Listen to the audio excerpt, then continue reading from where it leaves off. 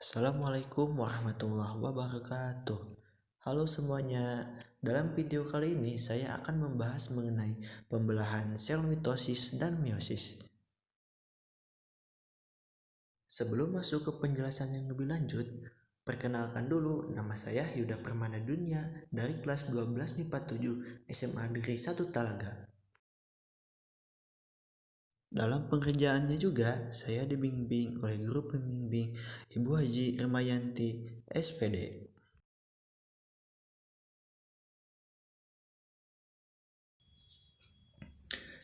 Nah, sekarang kita masuk kepada pembelahan sel mitosis.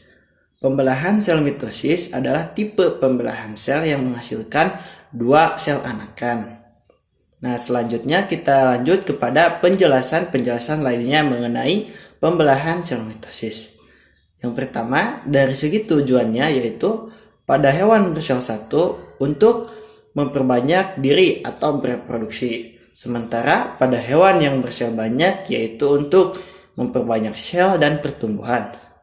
Terjadi pada seluruh jaringan di tubuh, baik jaringan somatik, vegetatif, ataupun jaringan germinatif, generatif.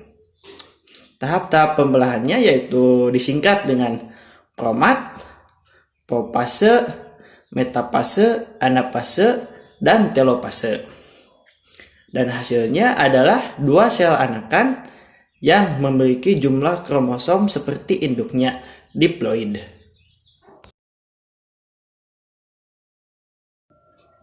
Nah, sekarang kita lanjut kepada pembahasan mengenai tahapan-tahapan pembelahan sel mitosis. Yang pertama, bagian profase, di mana benang-benang kromosom makin menjadi pendek sehingga menjadi tebal. Terbentuklah kromosom-kromosom itu. Tiap kromosom itu memanjang dan membelah, dan anakan kromosom itu dinamakan dengan kromatid. Kemudian membran inti mulai menghilang dan sentriol juga membelah. Kemudian kita masuk kepada bagian kedua yaitu metafase, di mana kromosom menempatkan diri di bagian ekuatorial, bagian tengah dari sel. Kemudian bagian anafase, kedua buah kromatid memisahkan diri dan ditarik benang gelondong yang dibentuk di tiap kutub sel yang berlawanan. Nah, tiap kromatid itu memiliki sifat keturunan yang sama. Mulai saat ini kromatid berlaku sebagai keturunan yang baru. Nah, kemudian kita masuk kepada bagian yang terakhir yaitu telofase. Nah, di setiap kutub sel tersebut terbentuk sel yang kromosom yang serupa. Nah, benang-benang gelondong yang lenyap dan membran inti terbentuk lagi. Kemudian plasma sel terbagi menjadi dua bagian.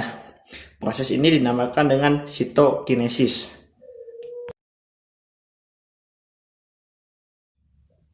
Nah, sekarang kita masuk kepada pembelahan sel meiosis. Pembelahan sel meiosis adalah tipe pembelahan sel yang menghasilkan 4 sel anakan, di mana masing-masing sel memiliki separuh dari jumlah kromosom sel induk.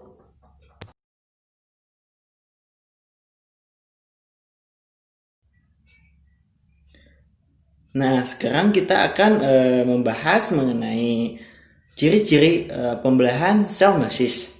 Yang pertama, dari segi tujuannya yaitu untuk mengurangi kromosom.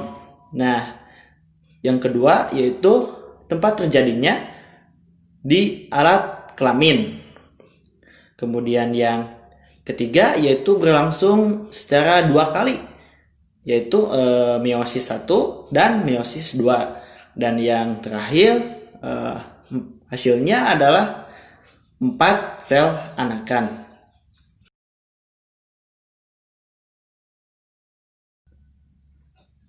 Nah, sekarang kita akan membahas mengenai tahapan-tahapan pembelahan sel meiosis, di mana tahapan-tahapan pembelahan sel meiosis berlangsung secara dua kali.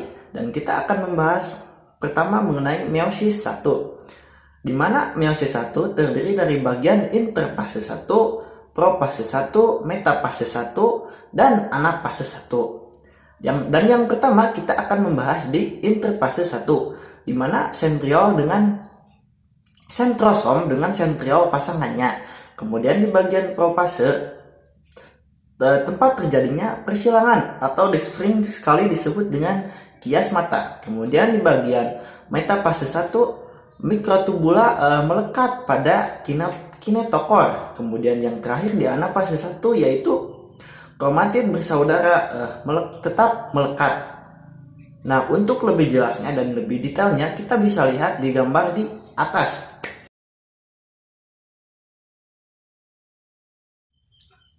Nah, sekarang kita akan membahas mengenai tahapan pembelahan sel meiosis 2, di mana tahapan pembelahan sel meiosis 2 terdiri dari bagian profase 2, metafase 2, anafase 2, dan telofase 2, atau disingkat dengan PROMAT. Nah, langsung saja kita kepada profase 2, di mana kromatid kembaran masih melekat pada sentromer krosom. Kemudian kita masuk kepada metafase 2, di mana tiap-tiap kromosom merentang pada bidang ekuator.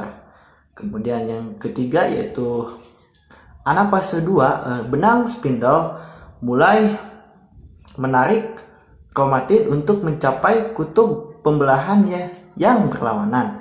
Kemudian yang terakhir di telofase 2, kromatid mulai mencapai atau telah mencapai kutub pembelahan.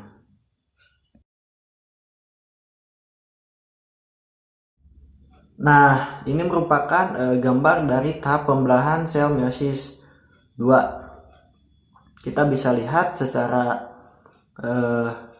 garis besarnya dan secara detailnya.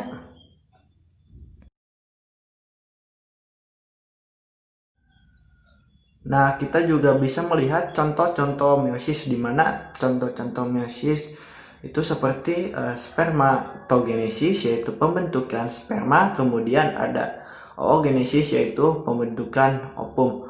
Untuk lebih jelasnya dan detailnya kita bisa lihat di gambar di atas.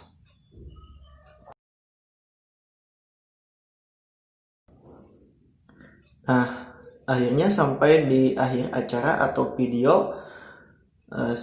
Untuk masalah perbedaan, silahkan teman-teman semua untuk menyimpulkan dari pembahasan yang telah saya sampaikan tadi.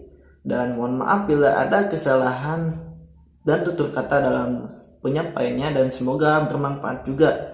Dan saya ucapkan terima kasih. Wassalamualaikum warahmatullahi wabarakatuh.